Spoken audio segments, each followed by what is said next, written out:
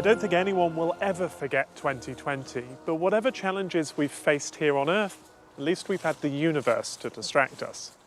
And despite the setbacks, humanity's drive for discovery has continued. And we're here to explore what's been a remarkable year in astronomy. From our homes, from our gardens, and occasionally a little further afield, we've covered the year's extraordinary astronomical events. And so tonight, we're going to take a look back at these highlights with the help of some special guests who've picked their favourite moments from our 2020 run. Some faces will be familiar, some are brand new, but they all have one thing in common: a passion for the sky at night.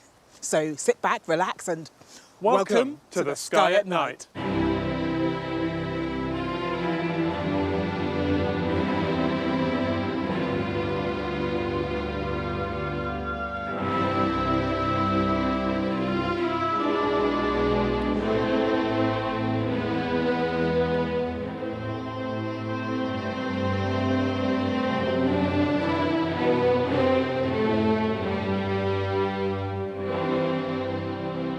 So it's been quite a year. Yes, we're not going to forget 2020, I don't think. But so much astronomical has happened as well. Yes. I was thinking about, it seems kind of appropriate. We started January with Back to Basics. Right? I was on a cold, damp roof in Oxford. But we did Back to Basics not knowing that it was a year where people were going to spend a lot of time looking at the sky. I hadn't made that association, but it made sense. Yeah. And it was lovely for me, because I went back to where I made my first telescope. I think it was about 13, and so at school, and I joined an astronomical club, and but it has a telescope making class, and so yeah, it's still going. So I used to watch Star Trek and ground and polish my mirrors. Perfect. I loved Pete with the kids as well. I think it was nice to go back to basics, because often what we talk about is quite complicated stuff, and I think some of our watchers are quite young. Beginners of all ages as well. Oh, Everyone yes. needs a reminder. But then we sort of went to the other extreme in April, which is the next programme, with Solar Orbiter. And liftoff of our solar orbiter. Hundreds of millions of dollars worth of spacecraft. Yes. And Lucy Green went to see the launch. Yes, I call Lucy the sun goddess, because Right. anything solar, I think, yeah, she covers, and it's brilliant. But it was exciting. Not only Lucy could have worked on building the mission, be excited by the data, and film herself at the launch, just from a TV. Sun goddess. All my colleagues are here, feeling a bit emotional now. We were able to watch the rocket go towards the moon, and then Solar Orbiter is on its way to the successful sun. flight that it has been so far. And then the world changed. Yes. The next programme, I guess that one we were watching Lucy film herself, and that was Yes. very exciting. And we didn't really know we'd be doing the same. We were in the back garden. Yes, with a package of cameras and lights, and not quite a note that said good luck. That's it. And how did you find wandering around with a camera in the garden? Was that fun? Well, it was interesting. I think the neighbours thought I'd just lost my mind, walking up and down the garden saying the same line again and again and again. The experience of filming in the garden for me was just, and in the house, was so surreal, because I grew up on Sky at Night, filming at Patrick's house. Oh, I see. And so I spent so long wandering around his garden with a camera and in his study, and suddenly I was wandering around my rather smaller garden saying, well, welcome to the Sky at Night. It'd come full circle. Yeah. But it was so good we did it. Sky at Night just keeps going. 800 episode, yeah, and we're still going strong. That's right. And the title reflected that as well. Yeah, lockdown but looking up. But I think also it became very important to people, the night sky. Yeah. Every Yes. evening going out and looking up and seeing the night sky was a way of keeping track of lockdown, I felt. Yeah, and I think it kept people grounded. And I do find that personally with, I always say the moon for mindfulness, because I find that if I look up, it just relaxes me. And Laurie, of course, became a star. Was that deliberate, or did she just really just interrupt you? We were mucking about, and I wanted to be on it. And so sort of, yes. Fair enough. Well, I look forward to her taking over. Welcome to the Sky at Night. That's my light. Hello, my name's David Keyworth, and I found the 800th episode shown in May very poignant but also comforting. Our first special guest. Thank you. Can you come and hit record? Thank you, love. Here to tell us about his pick of the year is fan of the show. Sorry, please don't kick the ball, love. David Keyworth. It put the immediate uncertainties around the first lockdown into perspective. especially the keep looking up reminder at the end of the programme. It was a time when the horizon was cloudy and the atmosphere was dark. Stay safe and keep looking up. Good night. I enjoyed seeing Maggie's daughter doing the Zooniverse Planet 4 project to help identify and measure features on the surface of Mars. I also took part in that online task myself when I was on the furlough scheme, and I was looking for ways to spend my time off work in a constructive and long-term beneficial way. we both found it strangely captivating. I guess, are these fans or blotches? Blotches. Blotches, and lots of them. Oops. It's quite extraordinary to be sitting at home, marking features on the surface of another world, and knowing we are contributing to our understanding of our neighbouring planet. I think the interview of the year, the scoop, was you talking to Jessica Meir, was it? Jessica Meir, yes. Meir, who'd just come back from the space station. Yes, but that was, under lockdown conditions, that was challenging because we'd set everything up. You had this camera, we had the backup camera, you had, Actually, I'm just going to do a sync clap because I've got multiple cameras going at once. So I'll just do that. There's so many things to turn on and press it. record. Yeah. And we started the interview, and for one thing, she was very frozen. And then at the end, I sort of looked at the recordings, and it wasn't there. Oh, no. And it was, no, come on, no, it's here, Maggie. And sort of looking, and it wasn't there. Oh, no. And so I thought, I could have sworn I'd hit record, but it wasn't there. and I sort of called her, hi, Toby, about the interview that took you ages to set up. I don't think we got it. I mean, it was freezing anyway, so I don't think it would have worked, but I don't think we got it. Oh, my God, so did you redo it? Yeah, luckily.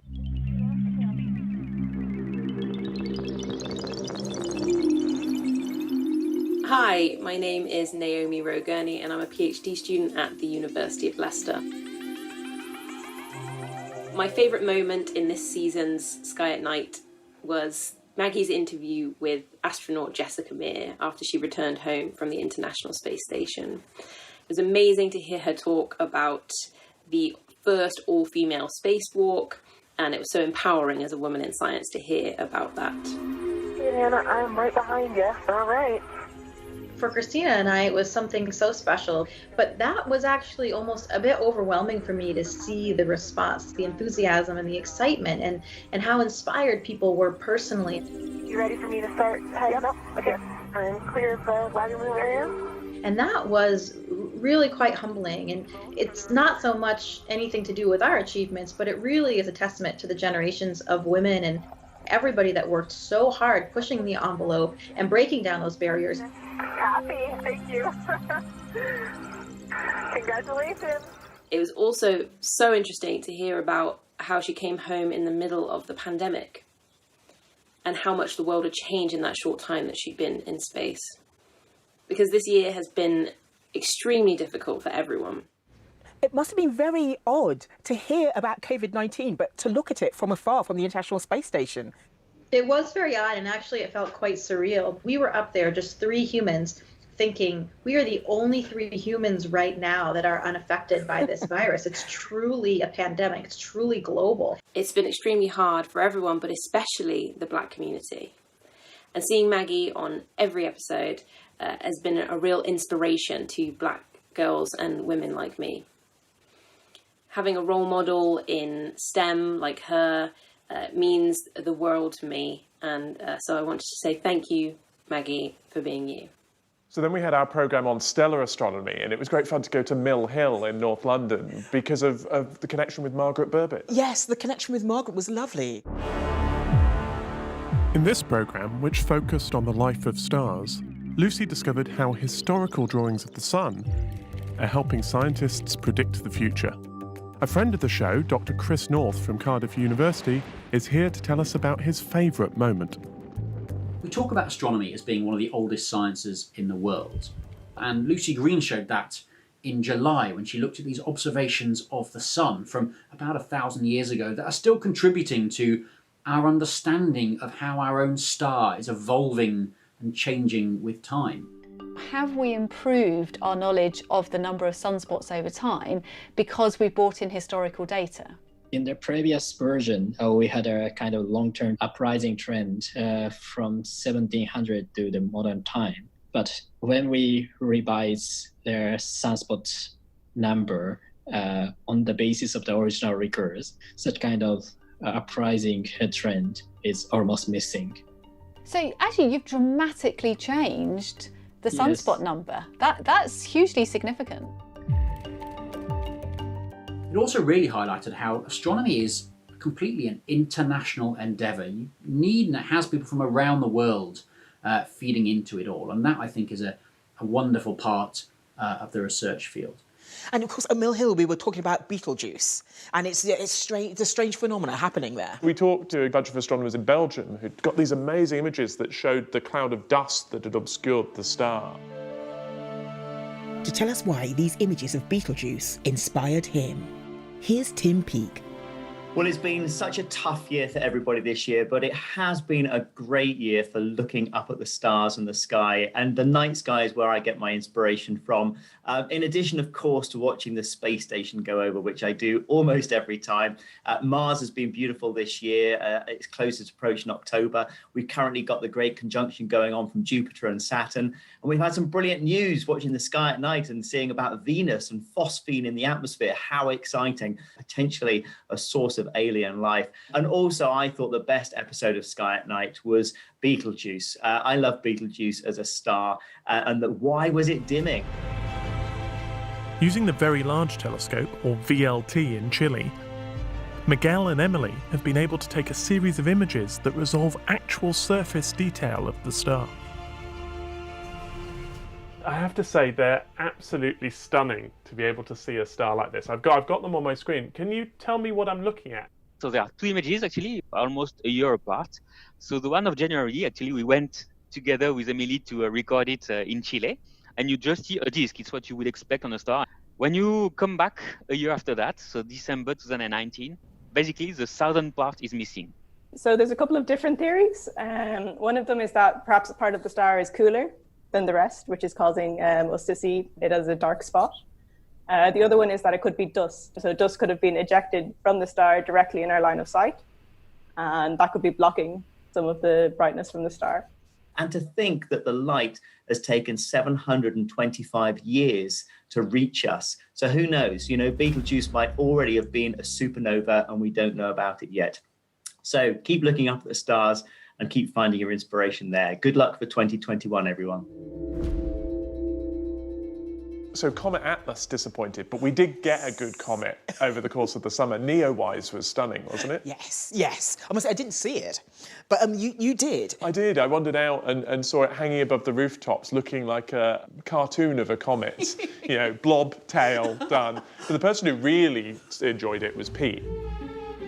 Hello, welcome back to my garden. His images were amazing. Oh, yeah, but I think Pete, I think he enjoyed lockdown. I mean, he was in his element, no distractions, just the night sky, and clear skies as well. That's right, yeah. We have had quite a good year weather-wise, but his solar photography, the detail that he's been able to bring out of the sun's activity is incredible, and some of his Venus shots as well. Because I think one night Pete was able to see 6 planets, sort of all in one night, and that seems amazing. Yeah, it's exactly the kind of challenge he likes as well. Any excuse to get a shot no one else has, or a project is great. I've enjoyed his pieces to camera as well, sort of being in the garden with him on the programme, and I'm quite jealous of his hammock, I have to say.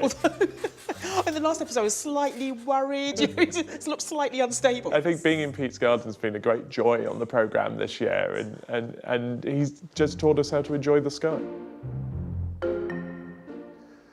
The chances are you've probably heard of Comet Neowise already, and if you haven't, there is a comet which is bright enough to be seen with the naked eye in the UK's night sky called Neowise.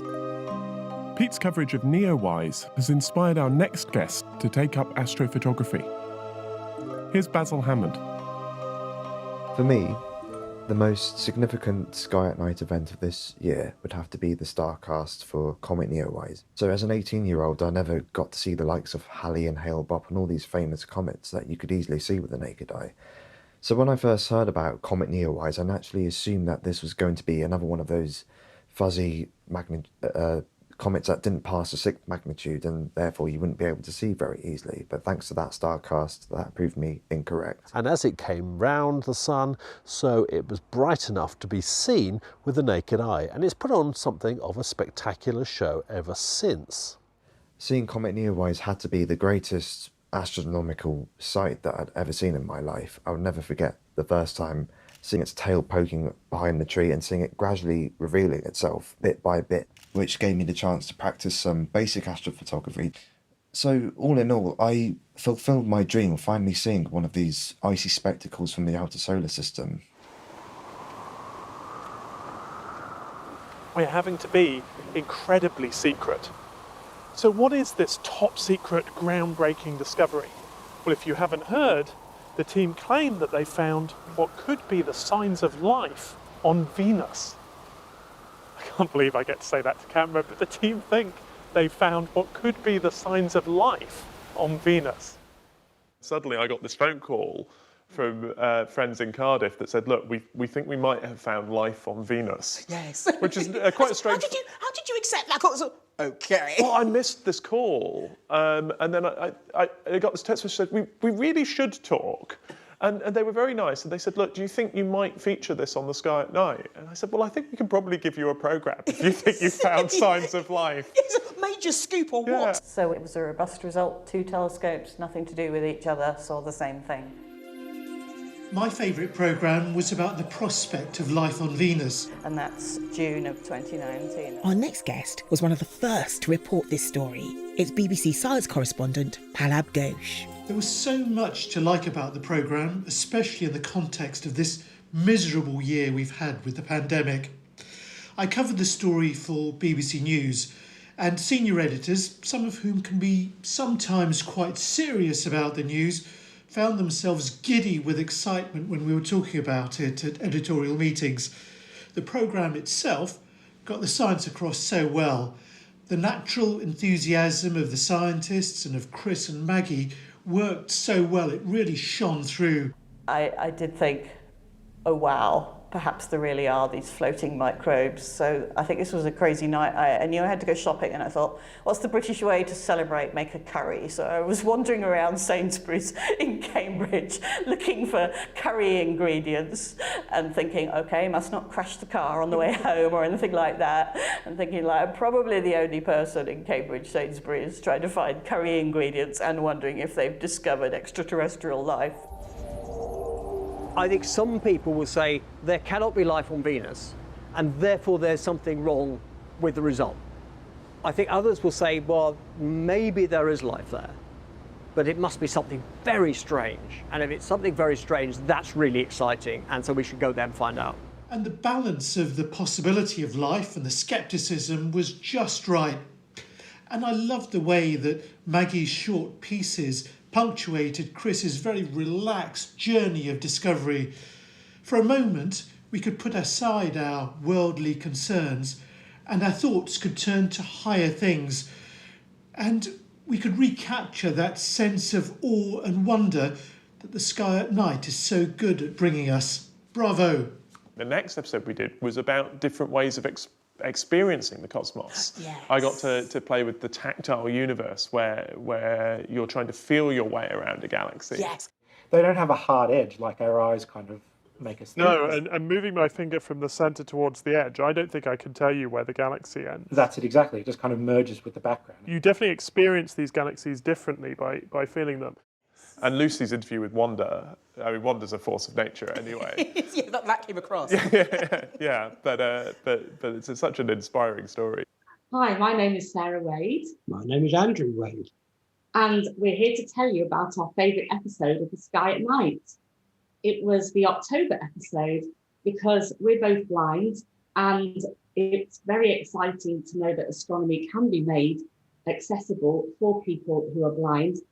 And I've always wondered what the sky looks like and things like that. And it's lovely to know that there are ways through tactile pictures, through sound, there are ways that we can get to know what the sky is like. So let's do it. I was losing my sight very fast. And at that time I was lost. When I heard the data the very first time, real time, that opened a world of possibilities for me. When I was supposed to be doing my PhD, I found that I couldn't do it, that I didn't have access to the same amount and quality of information, not even the tools to be able to do the science. That thrilling sensation, that independence, right, of me being able to manipulate the data real time, to dynamically apply mathematical states to the data, that had been completely taken away from me.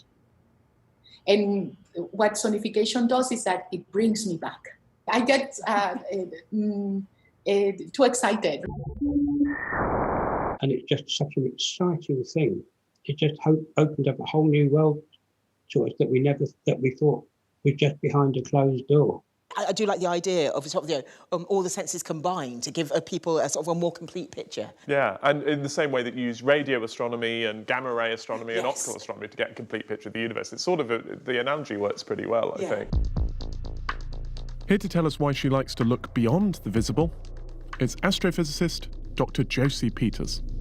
My pick of the year has got to be the October episode when Chris goes to Jodrell Bank and speaks to Tim O'Brien about all of the invisible parts of the spectrum and what they can show us.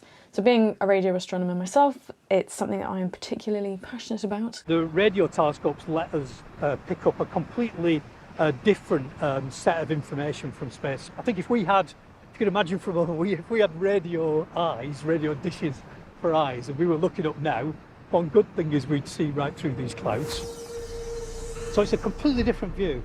Because often you can look at a galaxy in the visible part of the spectrum and you think, oh, okay, well that's just a normal galaxy. But then you look at it in the radio and it has these enormous jets that you wouldn't have even known were there had you not taken the time to look at it with a radio telescope. I mean, this is actually a picture of the Crab Nebula made with a radio telescope. I like to think of it, it's like a piece of a jigsaw. So you've got your X-ray piece of the jigsaw, your radio piece of the jigsaw, your visible light piece. And it's only when you put all those pieces together, you get this complete picture of the object you're interested in. Being someone who grew up in Cheshire and also did their masters at Manchester, I've always got a bit of a soft spot for the Lovell telescope. When you're on your 200th page of writing about the same galaxy, you need something that's a bit inspiring to keep you going. And a 76-metre steerable radio telescope certainly does that. In one of the last programmes of the year, we went to Greenwich and talked about life elsewhere in the solar system. I love that. I just love the idea that life's out there. Yes, and there's so many places. I think what's different is a few years ago that programme would have been about Mars, and now we've got Venus, Titan, the moons of Jupiter, Enceladus, of course. Someone who can't wait to revisit Titan is our next guest, Professor John Zarnicki. Anybody who knows me wouldn't be surprised by my choice. It's the piece on the wonderful Dragonfly mission to Titan, the largest moon of Saturn, and surely the most interesting place in the solar system beyond the Earth. About 30 years ago, I was selected by the European Space Agency to provide one of the scientific instruments for the Huygens probe. And to cut a long story short, it was a tremendous success.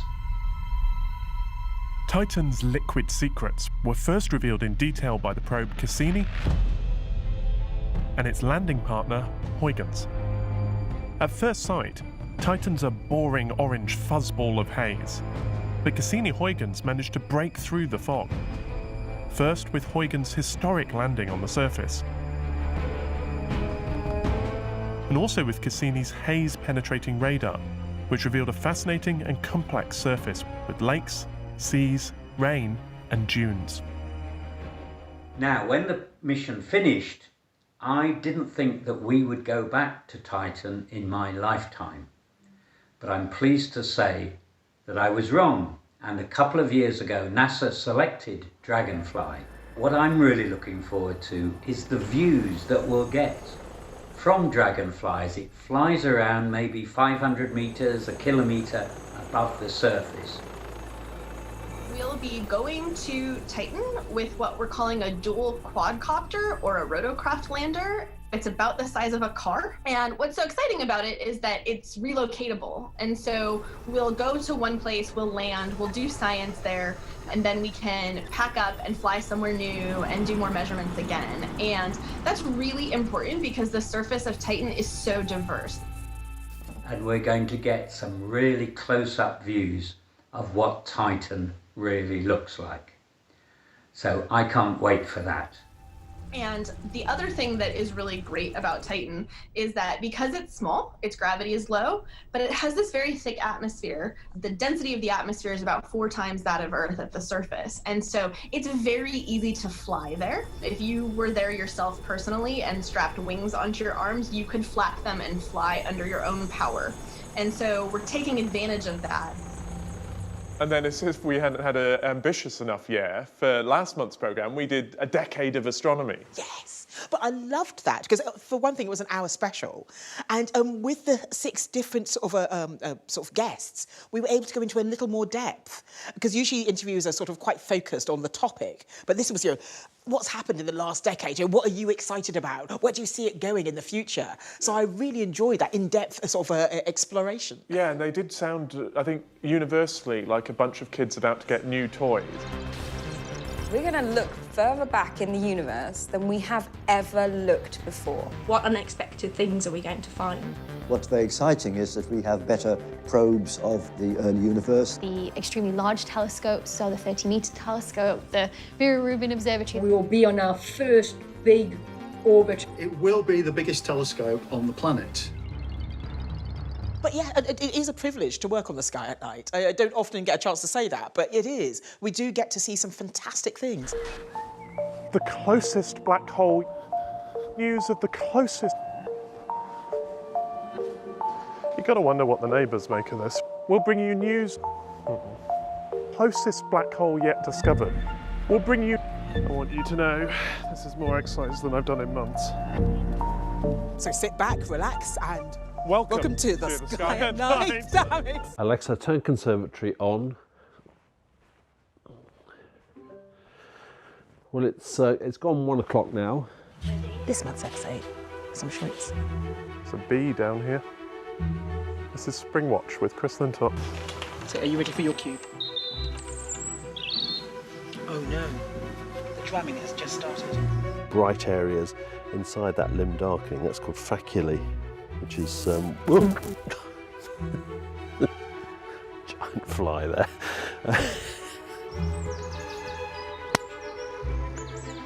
That was a bit of a rubbish clap.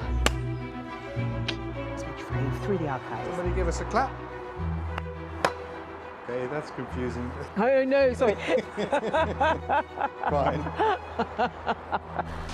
Looking back, it's been a truly extraordinary year, but thank you for staying with us. We're taking a short break now, but do join us again in April. Until then, no matter where you are, keep looking up and stay safe. Good night.